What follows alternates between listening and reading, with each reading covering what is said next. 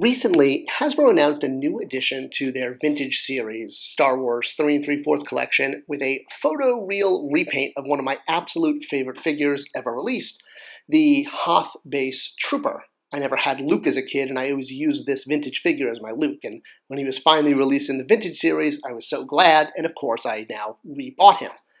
But his re-release has kind of shined the light on some major misconceptions about the toy industry, and that's kind of why I started this channel, because I hate seeing people get frustrated over things like distribution and production lead time and how they want toy companies to see them, their expectation that they love them or want to take care of them. And I know we're all frustrated over empty pegs, and a big reason I started this channel is to try to explain the logistics of our frustrations, because doing the same thing over and over again, expecting a different result, is literally the definition of insanity, per Einstein.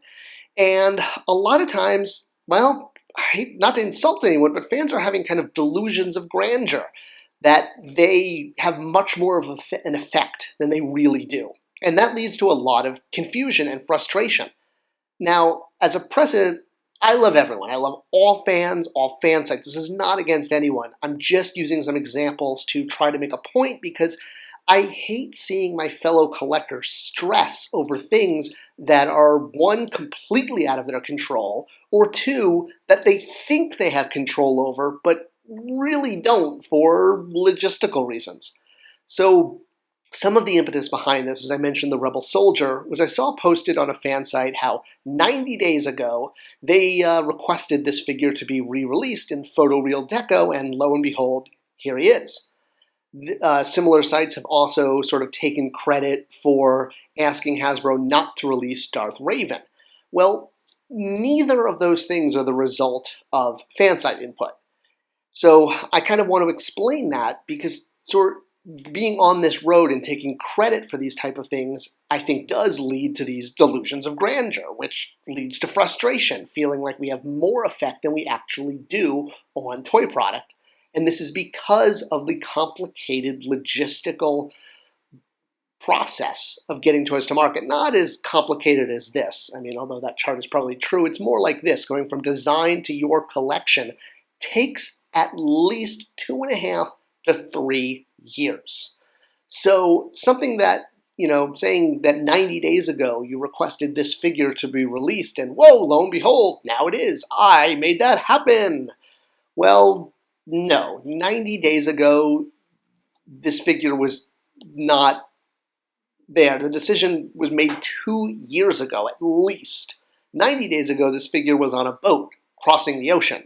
So it's great to do polls, but they don't have the effect that I think a lot of us think they do.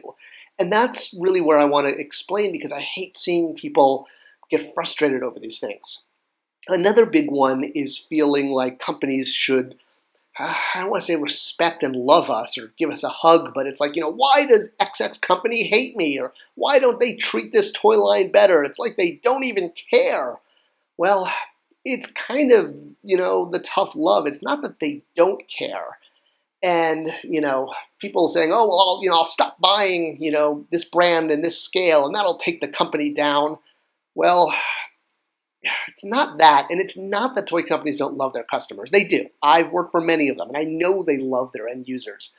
But it's really more about priorities. And while customers are important, they're not the top priority. The top priority is going to be a stockholder. And under that, it's going to be a licensor. And under that, it's going to be a retailer. So they're not necessarily thinking of, how can we make you, the end user, happy constantly? And our emotional connection to these toys and to these collections sort of gives a false premise of this, that because we love them so much, then the manufacturer must love them just as much, if not more. And kind of the third tier is the logistics of getting from factory to retailer is a long process. And the orders for the product you're seeing on shelf right now happened 1 year ago. It didn't happen 90 days ago. It didn't happen last week to refill empty pegs. Orders happen a year in advance, because it takes a year, because once the order is in, then the manufacturer can call the factory and say, okay, start producing the toy. That takes several months. Then that toy has to be put on a boat and sailed across the Pacific Ocean. And that takes anywhere from 3 to 6 months.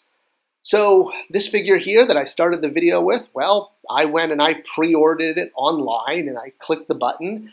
And yes, I do have Amazon Prime, so I get free shipping. I'm not trying to make a commercial for Amazon, but already it says, all right, the figure will be mine on February 1st, 2022, and I'm paying retail.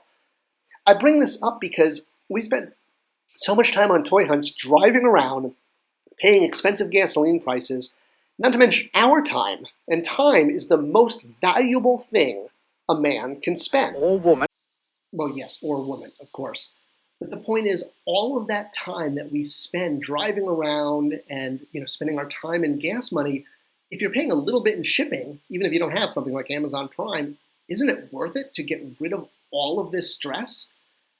I hate to see fellow collectors with unreasonable expectations that toys should just be there at all times at retail. I mean, when has it ever been like this? Do you remember any time in the last 20 years that you've just been able to walk into a retailer and every single figure from an assortment was just sitting there at all times? I mean, obviously there are times we get lucky, but the distribution process is way longer than that. And getting frustrated because it doesn't meet our expectations, that's kind of the source of all of it. The bulk of toy sales for the whole industry is here. It's in the toddler aisle.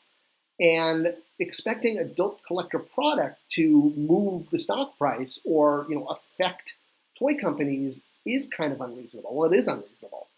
And the delusions of grandeur that we're having, thinking that we can affect toy companies by either boycotting product or putting up polls and saying, oh, I put up this poll 90 days ago and they've already made a change. Well, no, that doesn't jive with the logistics calendar of how long it takes. The best way to connect with a toy company is, not posting polls online, but I spelled it out here. Check out this video because there are very direct ways of connecting with toy companies to actually see your wish list become reality. All right. I hope this video helped clarify, and there are options to driving around and getting frustrated. We can order online. Think about how much money you spend doing that and what your time is worth. Please do share this video, and I'll see you in the next one.